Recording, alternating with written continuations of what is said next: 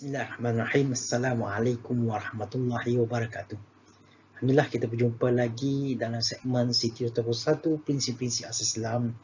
Masih lagi kita bincangkan tentang akidah Islam, iaitu fokus kepada subtopik yang baru iaitu nubuwah.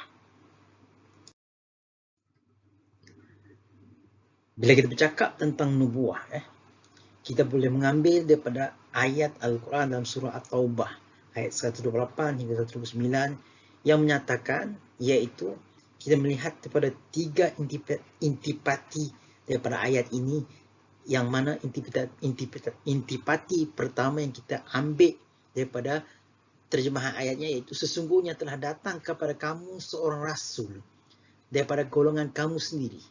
Nah, yang ini kita highlightkan perkataan datang kepada kamu. Maknanya Allah Subhanahu Wa Taala mendatangkan seorang rasul daripada kelompokmu sendiri, iaitu daripada kelompok bangsa Arab, kaum Quraisy, kepada bangsa Arab itu sendiri, iaitu siapa? Nabi Muhammad sallallahu alaihi wasallam.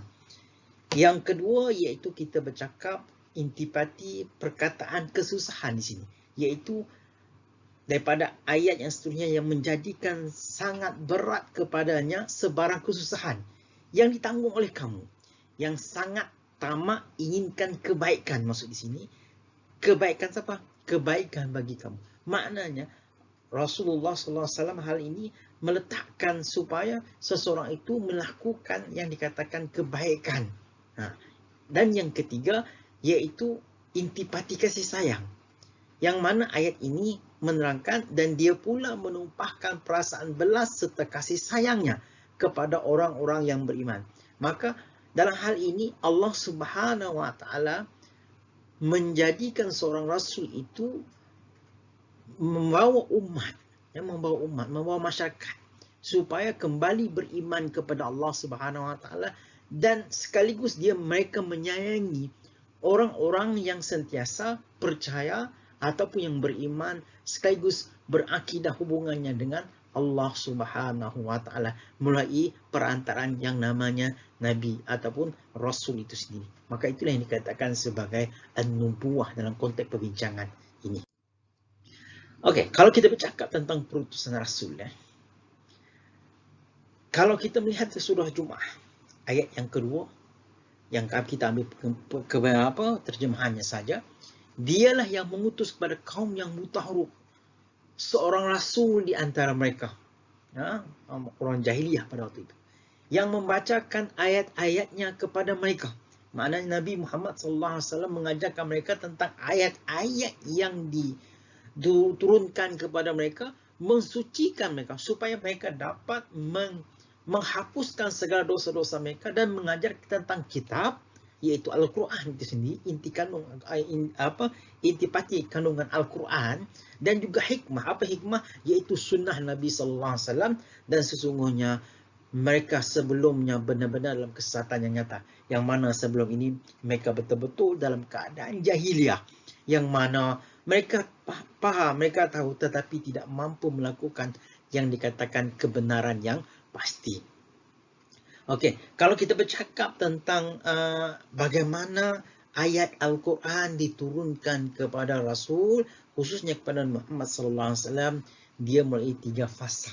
Fasa pertama yang kita kenali sebagai Lauh Mahfuz, tentang tempat perbenaran Allah Subhanahu Wa Taala, dan diturunkan di Baitul Izzah di langit dunia. Ingat lagi peristiwa nuzul Quran yang kita selalu raikan pada bulan Ramadan. Kemudian barulah selepas itu diturunkan kepada Nabi Muhammad SAW melalui malaikat Jibril, yang diturunkan kepada Nabi Muhammad SAW berperingkat-peringkat. Itu yang dikatakan penurutan ayat Al-Quran pada 3 tahap ataupun 3 fasa. Dan ingat bahawa mukjizat yang terbesar kepada Nabi Muhammad SAW iaitu Al-Quran itu sendiri, yang menjadi nur cahaya kepada umatnya, yang mana akan memberi petunjuk kepada kita sekiranya kita nak kepada hidayah yang Allah telah hidangkan di dalam Al-Quran itu. Sesungguhnya di dalam Al-Quran itu banyak pintu-pintu hidayah, cumanya pintu hidayah itu, sama ada kita mau menerima secara iman yang teguh kepada Allah Subhanahu Wa Taala, ataupun kita sengaja membutakan hati kita, tidak menerima yang dikatakan hidayah yang datangnya daripada Al-Quran itu. Okey, apa yang dikatakan signifikan diturunkan Rasul itu sendiri? Pertama, menyelamatkan akidah kita. Ingat, saya dah pesan sebelum ini, apa maksud akidah? Iaitu keyakinan yang tinggi hubungan dengan Allah Subhanahu Wa Taala. Maka datangnya seorang Rasul, datangnya Nabi Muhammad SAW demi menyelamatkan akidah umat, demi menyelamatkan akidah kita ini, takut terperosok ke dalam lemah yang tidak baik seperti apa perbuatan syirik kepada Allah Subhanahu Wa Taala. Oleh demikian, kedatangan Rasulullah SAW sendiri dapat merawat, dapat membentuk, dapat mentarbiah, dapat meluruskan segala hal-hal yang telah terpesong selama ini.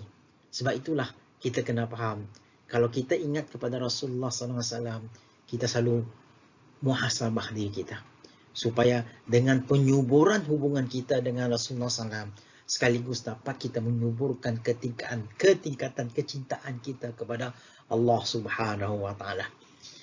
Yang kedua, apa pentingnya perutusan Rasul ini? Iaitu membentuk akhlak kita.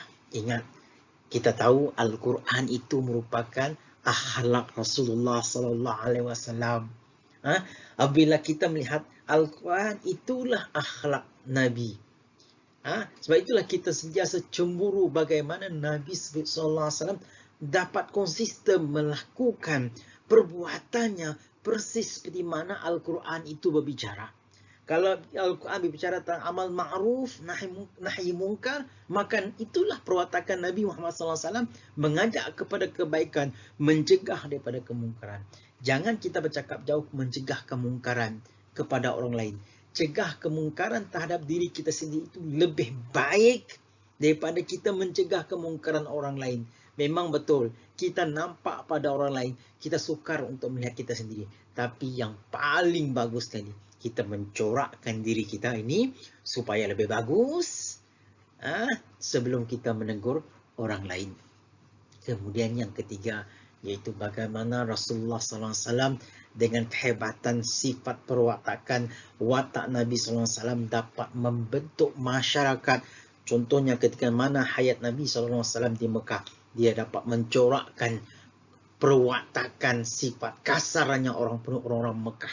Okey, dapat melembutkan hati seperti mana orang Madinah. Baik itulah kalau kita melihat penduduk Madinah sehingga sekarang pun kalau kita pergi haji ataupun melakukan ibadah umrah, bila kita datang ke kota Madinah, maka kita melihat masyarakat Madinah begitu lembut. Itulah signifikan perwatakan yang Rasulullah SAW bina kepada umat Islam, terutamanya di Madinatul Munawwarah, tempat di mana Rasulullah SAW